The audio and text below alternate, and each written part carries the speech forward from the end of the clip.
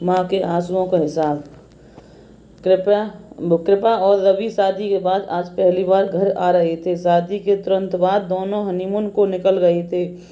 दोनों को बहुत कम दिनों की छुट्टी मिली हुई थी। हनीमून ट्रिप खत्म होते ही दोनों बंगलोर लौट गए थे। इस वजह से तृप्ति की जान पहचान अपनी भाभी कृपा से नहीं हो पाई थी। अब जब दोनों छुट्टी पे आए थे तो तृप्ति ने अपने घर खाने पे बुलाया था। तृप्ति का मायका दिल्ली में था और ससुराल गुरुग्राम में, इसीलिए अपनी बड़ी बेटी सपना को अपने पति अमित के साथ भेजा था मामा मामी को लाने के लिए। तृप्ति ने रवि की पसंद की दाल मखनी और बटर चिकन मसाला और ना जाने क्या क्या सुबह से लगातार किचन में खड़ी रह के बनाया था। सुबह 11 बजे के आसपास सब घर आ गए थे। तृप्ति ने दोनों को गले से लगाया और आशीर्वाद दिया। चाय पीते हुए रवि ने कहा, दीदी चाय हमेशा की तरह बहुत मस्त है। दीदी आपने मुझे ज़्यादा दूध की चाय पसंद नहीं आती, कहकर कृपा ने चाय छोड़ दिया था। तृप्ति ने कहा, अरे मैं तो रवि को पसंद आती है इसलिए ऐसी बनाई थी। रुक जा, मैं तेरे लिए दूसरी चाय बना लाती हूँ, कह के वो किचन की ओर जाने लगी तो कृपा ने कहा, आप रहने दो दीदी, मैं खुद बना लूँगी अगर आपको बुरा ना लगे तो। अरे इसमें बुरा लगने की क्या बात है, ये भी तेरा ही घर है, जो चाहे बना खा और हमको भी खिला, हमें भी अच्छा लगेगा, तृप्ति ने हंसते हुए कहा। तृप्ति ने महसूस किया था जब सपना मामा मामी को लेने जा रही थी तो बहुत ही उत्सुक और खुश थी, मगर जब से आई है कुछ बुझी बुझी सी लग रही थी। तृप्ति ने उसे पास बुलाकर पूछा, तो क्या बात है बेटा, तबीयत तो ठीक है ना तेरी, उदास सी क्यों लग रही है? सुबह तो बहुत खुश थी। कुछ नहीं मम्मी, मामी जैसी मैंने सोची थी वैसी नहीं है, बहुत घमंडी हैं और मामा भी बदल से गए हैं।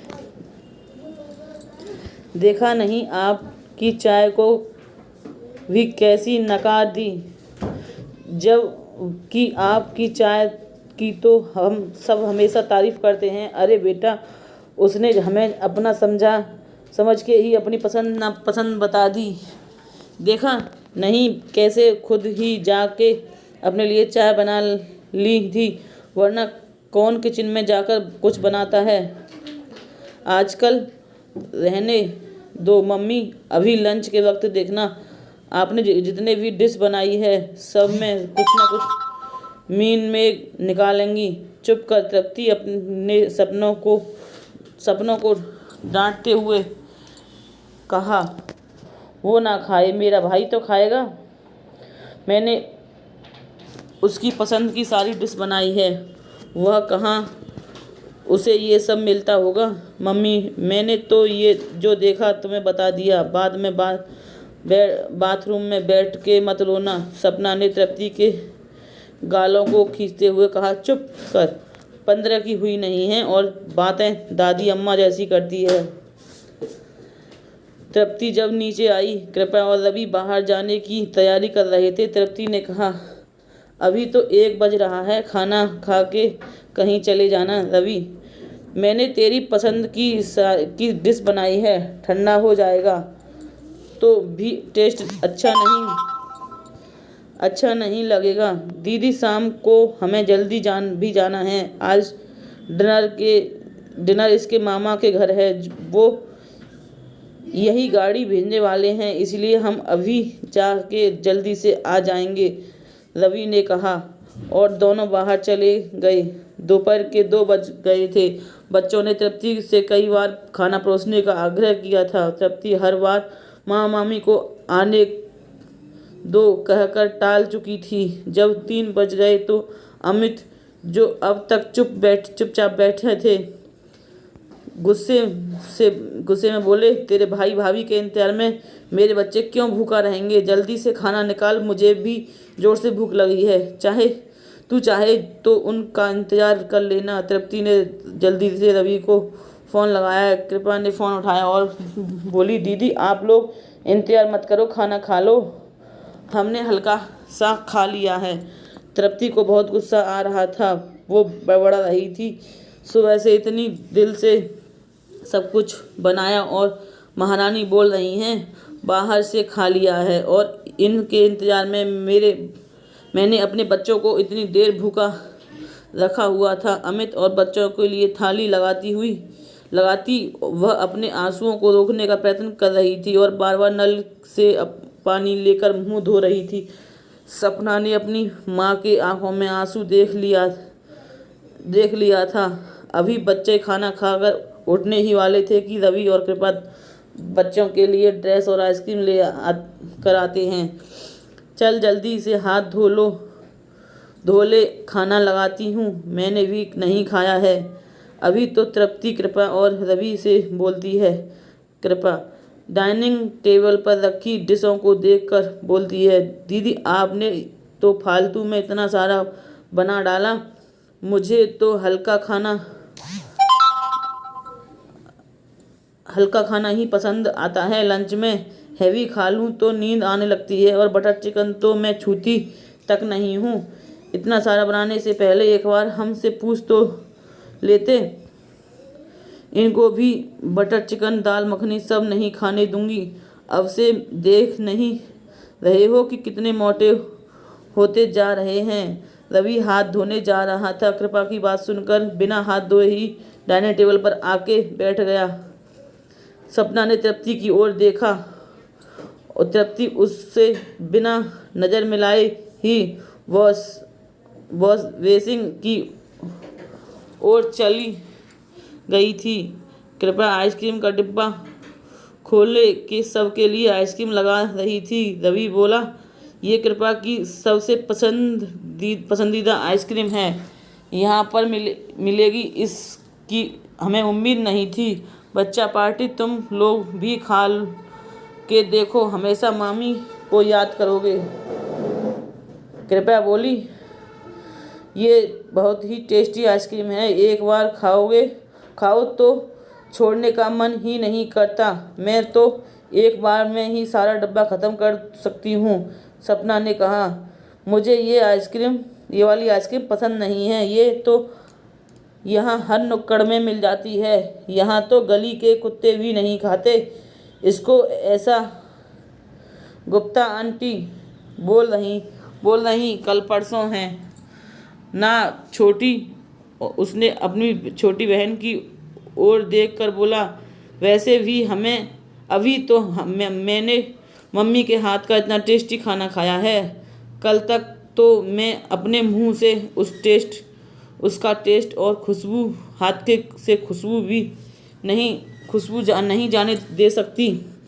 फिर चाहे आप दुनिया का सबसे महंगा आइसक्रीम ही क्यों ना ला के रख दो, फिर ये तो मालूम सी आइसक्रीम है, आप ही खा लो, आपको तो बहुत पसंद है, मामा को भी दे दो,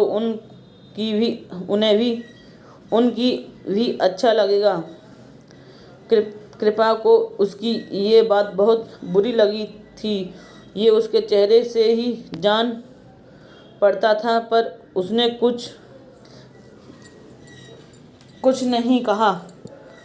कहा नहीं। कृपा ने सबके लिए ड्रेस भी लिया था। अमित को 25,000 का सूट और तृप्ति को 15,000 की सिल्क की बहुत ही सुंदर साड़ी दी थी।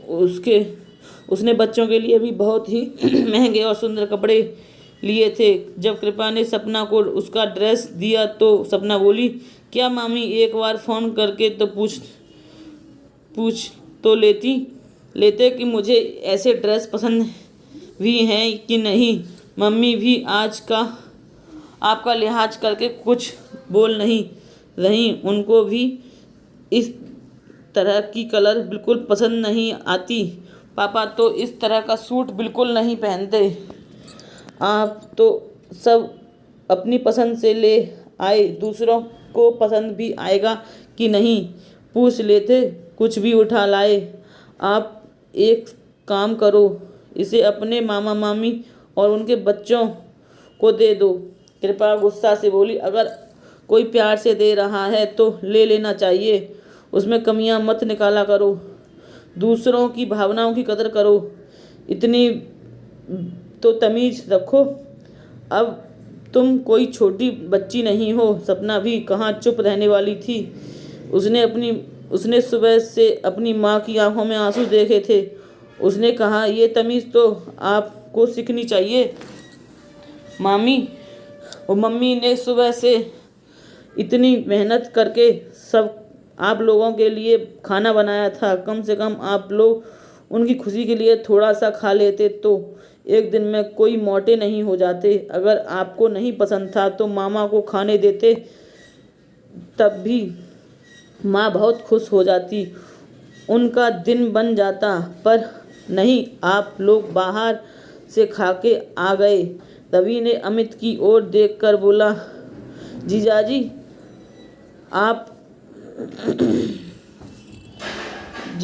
आप कुछ बोलते क्यों नहीं? इसे बड़ों के से बात करना भी नहीं आता। देखो, कृपा को नाराज कर दिया। अमित ने कहा, रवि तुम्हें अपनी दीदी की नाराजगी दिखाई दे गई, बीवी की नाराजगी दिखाई दे गई, लेकिन अपनी दीदी के आंसू तुम्हें नहीं दिखाई दिया। मुझे अपनी बेटी पर गर्व है, छोटी है पर उसने तुरंत अपने माँ के आंसुओं का बदला ले लिया। देखो तुम्हारे बीवी के मामा की कार आ गई, तुम लोग जल्दी से निकल जाओ, नहीं तो मामा का ड्राइवर नाराज हो जाएगा। मेरी इस कहानी को आप लोगों को कैसा लगा फ्रेंड, और मेरी इस चैनल को सब्सक्राइब करें, लाइक करें और बेल आइकन को बटन करें।